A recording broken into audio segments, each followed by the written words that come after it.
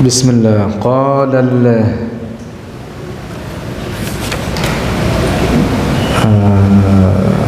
yang 22 faidatun Bismillah.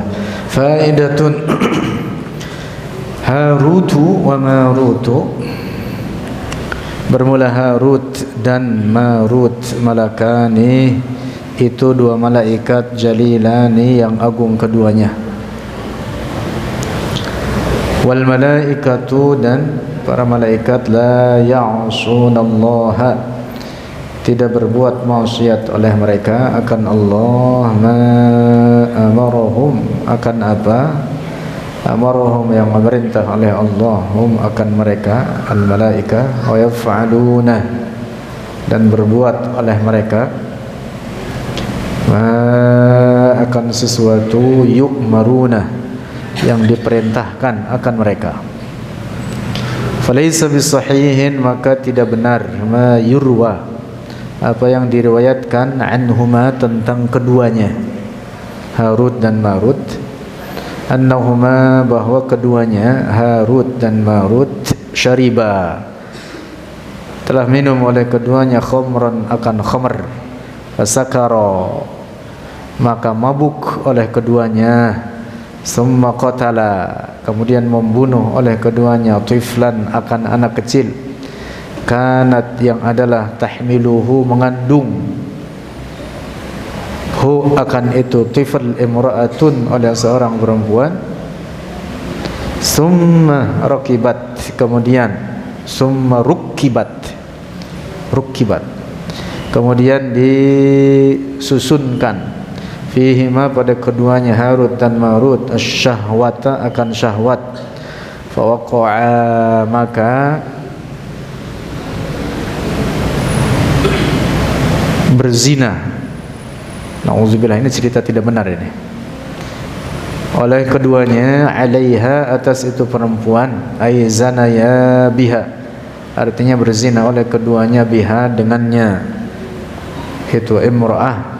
Wasajada, dan bersujud oleh keduanya, Harut dan Marut, lis-sanami, bagi berhala. Hadza, bermula ini kisah ini, kizbun wa khurafatun, itu kedustaan dan khurafat. Khurafat itu artinya batil atau bohong besar, wal'iyadzu billahi ta'ala. Wa ma yadhkuruhu, dan apa yang menyebutkannya, ba'dul mufassirin, oleh sebagian ahli tafsir, fi qissati Harut wa Marut, dalam kisah Harut dan Marut, annahuma, bahwa keduanya, Harut dan Marut, mustasnayani, dikecualikan akan keduanya, min ismatil malaikati, dari keterpeliharaannya para malaikat, fahuwa, maka bermula dia, ma yadhkuruhu ba'dul mufassirin, walautun, itu kesalahan, ayudun, pula, artinya batil, tidak benar, ghairu maqbulin, tidak diterima. Was-sahihu, dan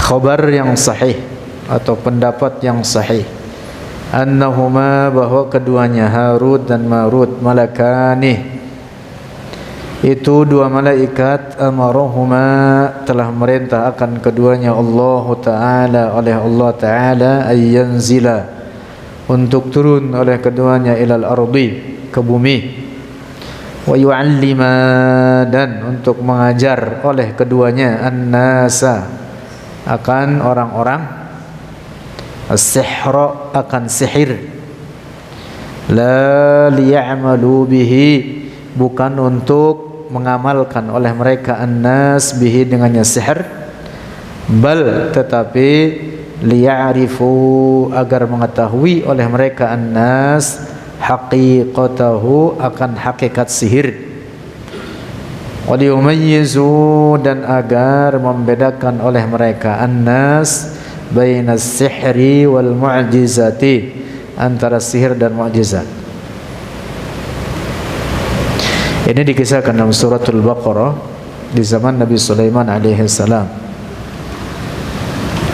Wattaba'u ma tatlu asyayatin ala mulki Sulaiman wa ma kafara Sulaiman walakinna asyayatin kafaru yu'allimuna an-nasa sihr wa ma unzila 'ala al-malakaini bi Babil Harut wa Marut wa ma yu'allimani. Tidaklah dua malaikat ini mengajari manusia akan praktek sihir kecuali supaya manusia itu tahu bagaimana cara kerjanya sihir.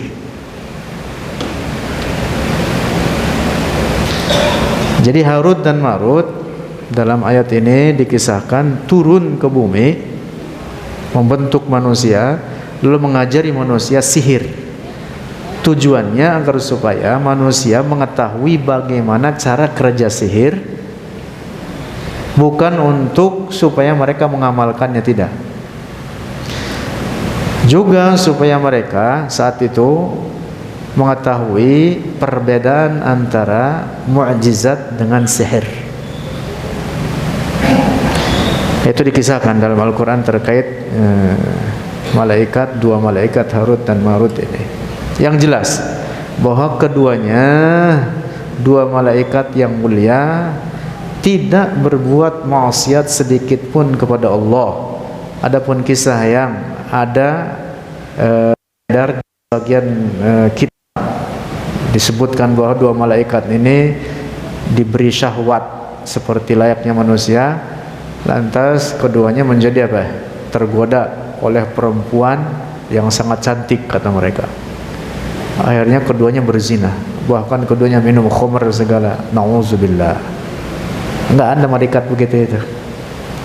Itu sih bukan malaikat, jablay itu. Apa Fik? Bukan malaikat itu, Pak, jablay.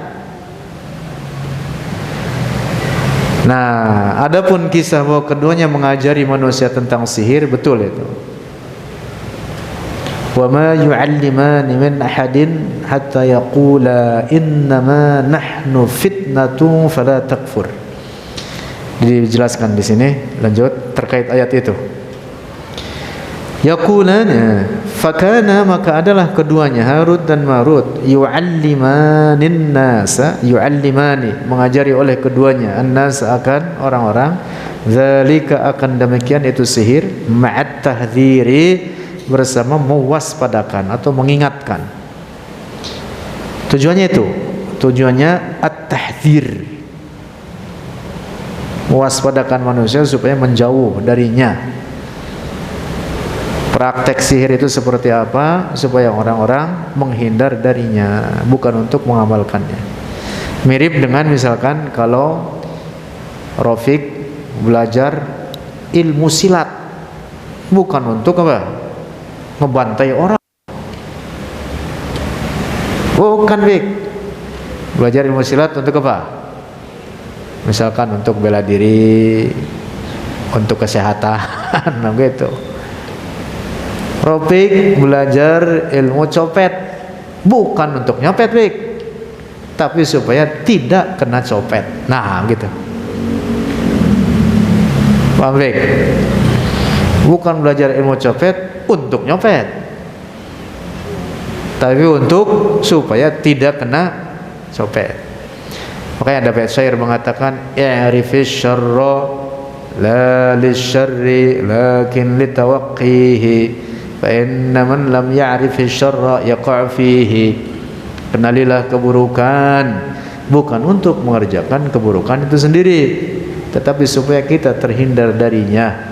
Karena siapa yang tidak kenal keburukan, sewaktu-waktu dia akan terjatuh di dalamnya, gara-gara nggak kenal. Contoh, riba hukumnya haram. Semua orang Islam tahu riba itu haram, tapi banyak yang tidak kenal bentuknya. Maka pelajarilah bentuk-bentuk riba itu supaya kita terhindar darinya, bukan untuk mengerjakannya, bukan untuk mempraktekannya. Nah, dua malaikat ini, Harut dan Marut, turun ke bumi, lantas beritahu kepada orang-orang tentang praktek sihir dan cara kerjanya seperti apa. Nah, sehingga orang tahu saat itu. Tujuannya bukan untuk supaya mereka mengamalkan sihir itu, bukan. Lanjut. Yakulani, berkata oleh keduanya, oleh malaikat Harut dan Marut, linnasi, bagi orang-orang, nahnu, kami, fitnatun, itu fitnah. Apa artinya fitnah? Ay mihnatun, artinya ujian. Kami ini sebagai ujian. Wabtilaun, dan bala, sama artinya ujian. Minallahi, dari Allah. Wa ikhtibarun, dan ikhtibar, sama artinya juga ujian. Nu'allimukum, mengajari oleh kami akan kalian. Wala takfuru, dan janganlah kufur oleh kalian. Ai, artinya mana la takfuru di sini? La ta'tabiru as-sihra halalan. Jangan menganggap oleh kalian akan sihir halalan, sebagai perkara halal. Innama, sungguhnya hanyalah, tata'allamuna faqat, belajar oleh kalian saja. Tujuannya kalian supaya tahu saja ini praktek sihir seperti apa, bukan untuk kalian amalkan. Kana yu'allimanihim, adalah mengajari oleh keduanya, malaikat Harut dan Marut, akan mereka, annas, ma yakunu, apa yang terjadi, minas sihri, dari praktek sihir, min naw'it tafriki, dari macam memisahkan, bainas nain, di antara dua orang, mutahabbaini, yang saling mencintai oleh keduanya. Dengan praktek sihir suami istri jadi cerai. Dengan praktek sihir dua orang yang saling mencintai saling membenci, berubah. Atau sebaliknya, yang gak demen jadi demen, dipelet. Itu masih ada nggak sekarang itu? Ada. Al-Quran berbicara itu, masih ada zaman sekarang itu. Praktek pelet. Pelet sekarang kira-kira apa ya bentuknya? Kata Faisal, kalau pelet zaman dulu mah dirapal, dibaca. Pelet zaman sekarang mah pakai motor Mio. Ya Sol. Pakai Honda. Nggak pakai dirapal, nggak usah dibaca-baca, bawain aja Honda. Kena pelet dia udah. Ya Sol.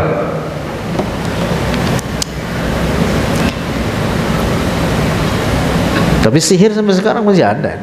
Al-Quran bicarakan itu, dan hukum Al-Quran berlanjut sampai hari kiamat.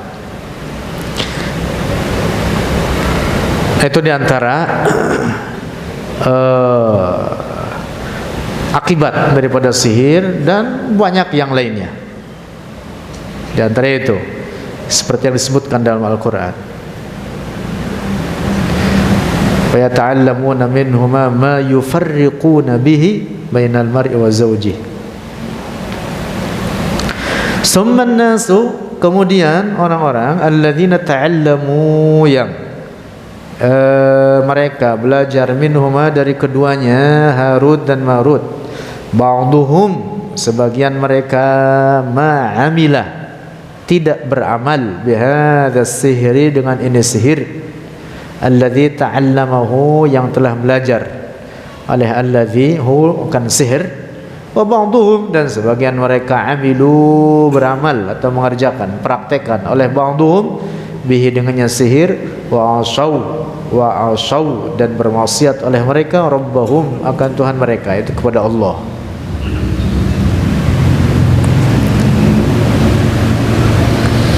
Nah, ini kisah yang benar terkait dua malaikat Harut dan Marut yang dikisahkan dalam suratul Baqarah, dalam juz pertama. Kesimpulannya bahwa tidak benar ada malaikat yang berbuat maksiat kepada Allah. Seluruh para malaikat maksum. Seluruh para malaikat maksum daripada dosa-dosa dihindarkan dan dipelihara dari segala perbuatan maksiat kecil dan besar. Nah, jadi jibillah itu artinya tabiat mereka itu hanya mengarah kepada kebaikan saja. Tapi demikian mereka punya ikhtiar. Mereka punya ikhtiar. Hanya saja ikhtiar mereka tidak ada terhadap perbuatan maksiat.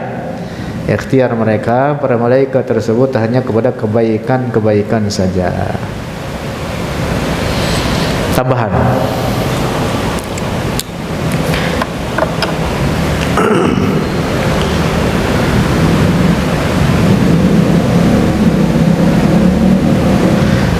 Pertanyaan. Ya, ini tambahan, kita mulai dengan pertanyaan. Apa hukum sihir? Jawab, sihir hukumnya haram. Jelas hukumnya haram. Praktek sihir hukumnya haram. Bahkan termasuk di dalam hadis itu bagian atau salah satu dari as-sab'ul mubiqat. Salah satu dari 7 perkara yang membinasakan, artinya dosa besar. Dosa besar. Pertanyaan berikutnya, apakah sihir itu sampai kepada kufur atau tidak?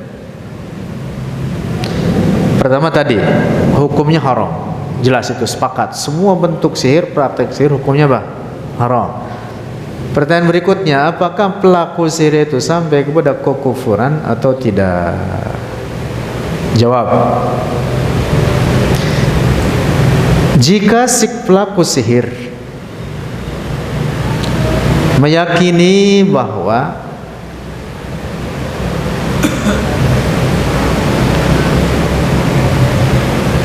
sihir yang dilakukannya, yang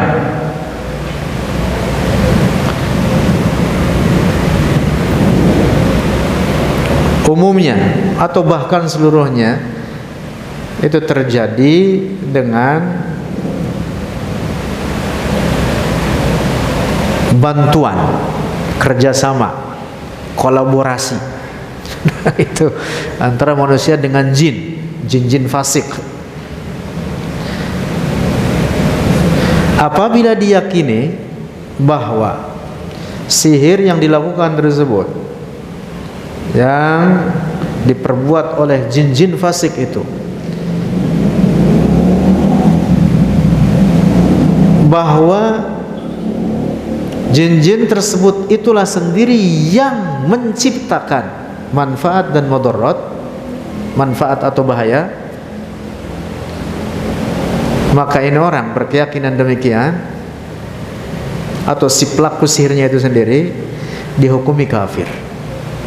Dihukumi kafir kalau sampai kepada keyakinan bahwa jin yang fasik yang terlibat dalam praktek sihir tersebut merekalah yang menciptakan manfaat atau bahaya, sehingga manfaat dan bahaya itu diyakini olehnya bukan dari Allah,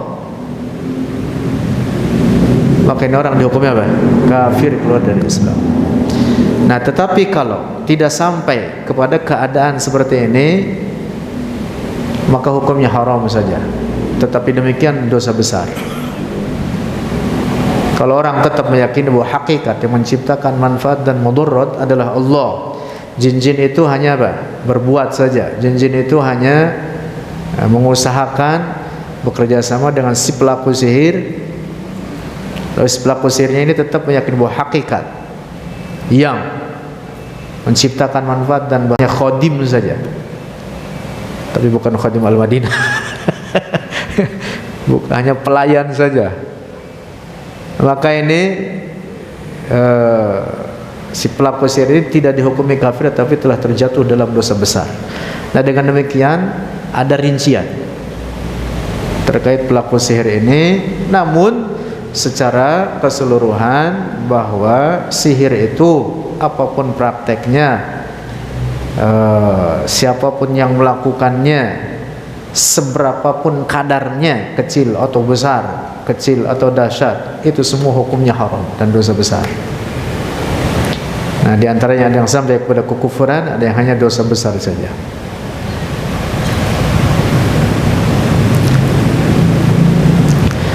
Berikutnya tambahan kaidah, ingat-ingat ini kaidah. Dalam Al-Quran Allah berfirman, "Qul la ya'lamu man fis samawati wal ardil ghaiba illallah." Qul, katakan olehmu wahai Muhammad, la ya'lamu, tidak ada yang mengetahui, man fis samawati, oleh siapapun yang ada di langit-langit, yaitu para malaikat, wal ardi, dan oleh yang ada di bumi, yaitu bangsa manusia dan jin, al ghaiba, akan perkara ghaib, illallah, kecuali Allah. Jadi tidak ada yang mengetahui perkara ghaib siapapun kecuali Allah. Malaikat tidak mengetahui, para nabi bahkan yang jauh lebih mulia dibanding para malaikat tidak mengetahui. Apalagi jin-jin. Jin-jin itu kerjanya tukang bohong. Waduh, jin itu kerjanya tukang bohong. Masuk tubuh sama orang, saya ngaku-ngaku saya engkongnya, minta kopi sama Rokoji Samsu, gitu. Ngaku-ngaku engkongnya. Itu yang masuk apa? Jin, gitu. Yang masuk jin, gitu. Sehingga Rasulullah sendiri dalam hadisnya mengatakan, al-jinnu akdzabu khalqillah. Jin itu makhluk Allah yang paling pintar berdusta, membuat tipu muslihat. Jin. Nah, jadi tidak ada yang mengetahui perkara yang gaib apapun kecuali Allah. Sampai Al-Quran sendiri berikan contoh kejadian apa yang akan besok terjadi, tidak ada yang tahu kecuali Allah. Wa ma tadri nafsum madza taksibu ghadan.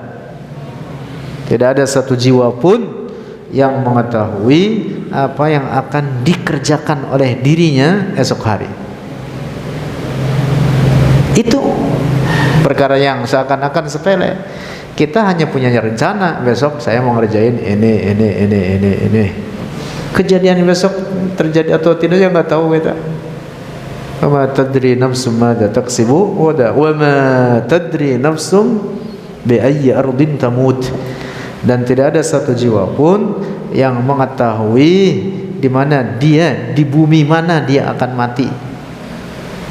Ada yang tahu?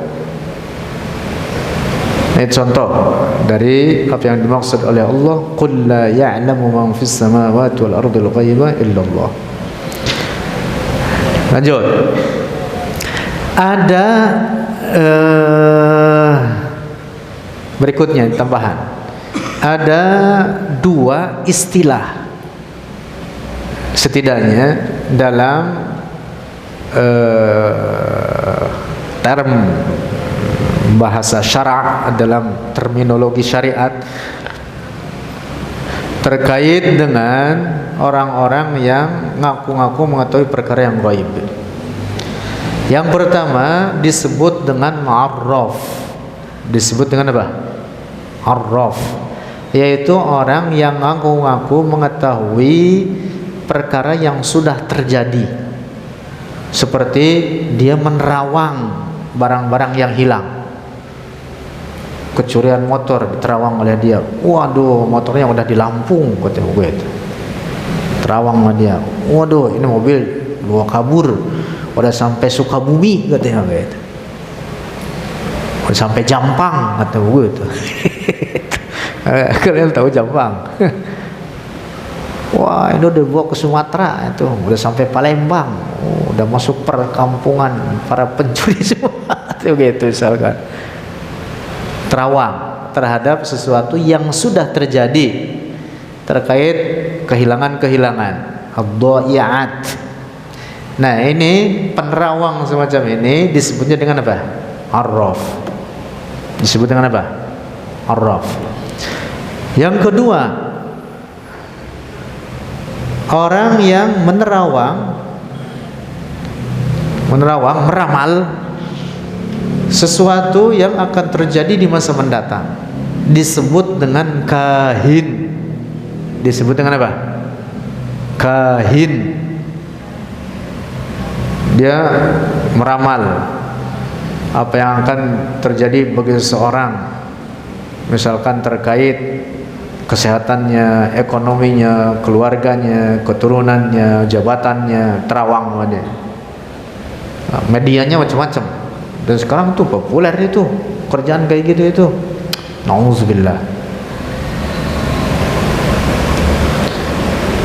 Medianya ada yang pakai kopi. Kopi diaduk-aduk diliatin. Oh, ntar begini, ntar begini, ntar begini. Pakai teh, aduk-aduk, lihat bentuk tehnya seperti apa.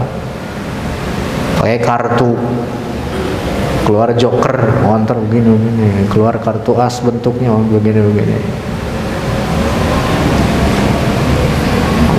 Kartu gaple, balak, keluar balak 6, wah ini gini. Itu misalkan begitu. Paham kamu? Wih, paham? Kamu main gaplek kamu. Nah, hukum membenarkan arraf atau kahin berikutnya. Hukum membenarkan arraf atau kahin ada rinciannya. Dalam hadis disebutkan, sabda Rasulullah, man ata kahinan aw arrafan. Siapa orang yang mendatangi kahin atau arraf, mendatangi.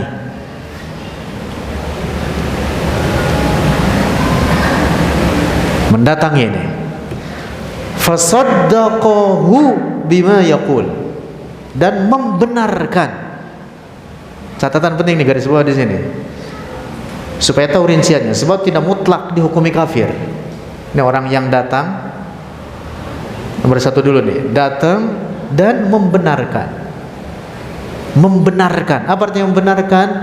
Ini orang yang datang meyakini bahwa kahin atau arraf ini mengetahui perkara yang gaib. Kata Nabi apa? Faqad kafaru bima unzila ala Muhammad. Maka ini orang telah kufur terhadap apa yang diturunkan terhadap Muhammad. Hadis riwayat Al-Imam Al-Hakim dan lainnya. Nah, jadi garis bawahnya di sini apa ini? Fasaddaqahu, dia membenarkannya. Apa artinya membenarkan? Meyakini bahwa perkataan kahin atau arraf tersebut benar adanya, pasti seperti itu. Artinya diyakini bahwa dia mengetahui perkara yang gaib. Maka ini orang yang membenarkannya dihukumi kafir. Paham ini? Ini garis bawahnya di sini, tasdiq, membenarkan, artinya meyakini bahwa kahin atau arraf tersebut mengetahui perkara yang gaib. Nah, termasuk pada bagian ini membenarkan ramalan-ramalan apapun, termasuk misalkan zodiak, perbintangan. Keluar ramalan tahun ini orang yang bintangnya Scorpio maka ekonominya begini, kesehatannya begini. Orang yang bintangnya apa lagi itu, Libra, Leo, apa lagi, coba itu. Diyakinilah bahwa yang membuat zodiak ini mengetahui perkara-perkara yang gaib, diyakini. Makin orang yang meyakini demikian dihukumi kafir. Paham ini? Nah, kemudian ada hadis berikutnya, sabda Rasulullah, man ata kahinan aw arrafan fasa'alahu, bertanya kepadanya. Bertanya aja ini. Kalau tadi yang pertama fasaddaqahu, membenarkan. Ada redaksi hadis yang kedua mengatakan fasa'alahu lam tuqbal lahu salatu arba'ina lailah, maka tidak diterima darinya salat selama 40 hari, 40 malam. Artinya ini orang bertanya saja, tidak membenarkan, hanya dia mendatangi dan bertanya kepada kahin atau arraf tersebut. Ini orang disebutkan dalam hadis lam tuqbal lahu salatu arba'ina lailah, tidak diterima baginya salat selama 40 malam. Artinya 40 hari 40 malam. Apa yang dimaksud tidak diterima? Artinya tidak berpahala baginya oleh sholatnya itu. Tetapi wajib dikerjakan. Kalau kagak dikerjakan, wah tambah dosa, dia dosa besar. Maksudnya tidak apa? Tidak berpahala.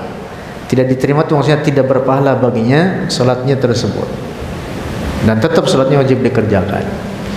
Nah, pada hadis yang kedua ini orang tetap dihukumi muslim, tidak dihukumi kafir. Hanya saja akibat hukumnya gara-gara dia bertanya, tidak membenarkan. Dia hanya bertanya kepada kain atau arraf tersebut. Akibat hukumnya lam tuqbal lahu salatu arba'ina lailah. Nah, dapat dipahami nih. Nah, jadi kembali merujuk pada kaidah sabda firman Allah dalam Al-Qur'an, qul la ya'lamu ma fis samawati wal ardil ghaiba illallah. Tidak ada yang mengetahui perkara yang ghaib pun oleh siapapun yang di langit atau yang di bumi illallah, kecuali Allah saja yang tahu. Dapat paham tuh rincian hadis itu. Taman berikutnya, termasuk bagian yang tidak diketahui oleh para makhluk Allah, ingat-ingat ini, adalah isi hati manusia. Penting ini, penting. Jadi jangan diyakini bahwa si fulan itu wali Allah, dia mengetahui segala perkara yang gaib, isi hati kita tahu dia. Enggak benar omongan kita itu. Nauzubillah. Tidak ada kiai siapapun, derajatnya setinggi apapun, yang mengetahui isi hati manusia serinci-rincinya, nggak ada yang tahu.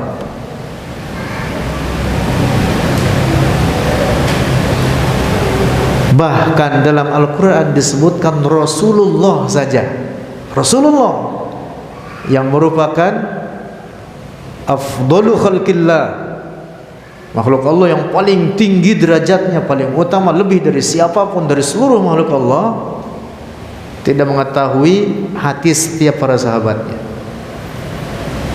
Karena itu dalam Al-Quran firman Allah menyebutkan, wa min ahlil madinati maradu 'alan nifaqi la ta'lamuhum nahnu na'lamuhum. Firman Allah, wa min ahlil madinati, dan diantara penduduk kota Madinah, maradu 'alan nifaq, ada diantara mereka yang membangkang di atas kemunafikan. Orang-orang munafik bercampur dengan para sahabat Rasulullah. Firman Allah apa? La ta'lamuhum, engkau wahai Muhammad tidak mengetahui mereka. Nahnu na'lamuhum, kami kata Allah mengetahui mereka. Rasulullah berprasangka baik kalau dia mukmin, campur dengan para sahabat yang lain, sholat, ikut sholat.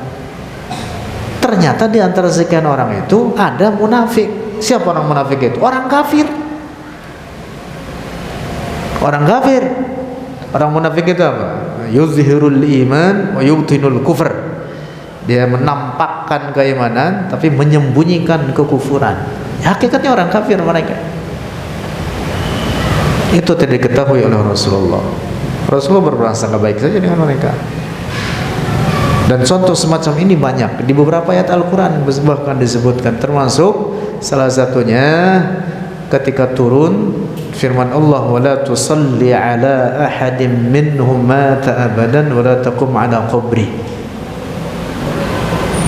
Ada seorang munafik, oleh Rasulullah disangkanya ini orang mukmin, mati. Lalu kemudian didoakan oleh Rasulullah, didoakan oleh Rasulullah, sehingga turunlah ayat ini, wala tusalli ala ahadin. Tusalli yang maksud jangan kau doakan wahai Muhammad ala ahadin minhum, atas seorang pun dari mereka orang-orang munafik, ala ahadin minhum mata ala qabri, jangan kau salatkan di atas kuburannya. Maksudnya jangan kau doakan mereka. Kasus atau peristiwa turunnya ayat ini adalah sebab Rasulullah mendoakan seorang munafik yang mati dalam kemunafikan. Jadi diberitakanlah oleh Allah. Tapi Rasul tidak mengetahui. Nah, jadi kalau Rasulullah saja tidak mengetahui isi hati seseorang, apalagi manusia, apalagi orang-orang yang misalkan dianggap sebagai para wali Allah, lalu dikatakan dia mau udah kasyaf, dia udah sampai ke derajat kasyaf, mengetahui rahasia-rahasia termasuk isi hati setiap orang dari kita. Nah, itu omongan gak benar, omongan tidak benar. Bahwa kalau kita ketemu orang soleh, orang bertakwa, atas dia berbicara sesuatu terhadap kita, ya kita pegang teguh perkataannya, tapi tetap meyakini bahwa tidak ada siapapun yang mengetahui perkara yang gaib kecuali Allah. Bahwa ucapannya mungkin timbul dari firasatnya, dan firasat seorang soleh itu dengan petunjuk dari Allah. Sabda Rasulullah, ittaqu farasatal mu'min fa innahu yanzuru bi nurillah. Waspadalah kalian dengan firasat orang mukmin yang soleh, yang bertakwa, karena dia itu memandang dengan petunjuk dari Allah. Tetapi kaidah yang harus kita pegang teguh, tidak ada siapapun yang mengetahui perkara yang gaib kecuali Allah. Dapat dipahami dah? Udah Isa, udah ya? Udah Isa? Ya. Tadinya saya mau ngebahas ini itu apa namanya, sesajen ditendang. Sesajen ditendang itu mau saya bahas tadinya itu.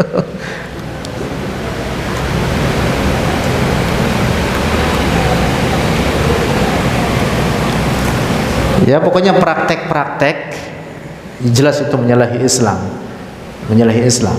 Tapi praktek-praktek yang disebut menyalahi Islam itu sampai kepada kekufuran atau tidak, itu ada bahasan secara rinci.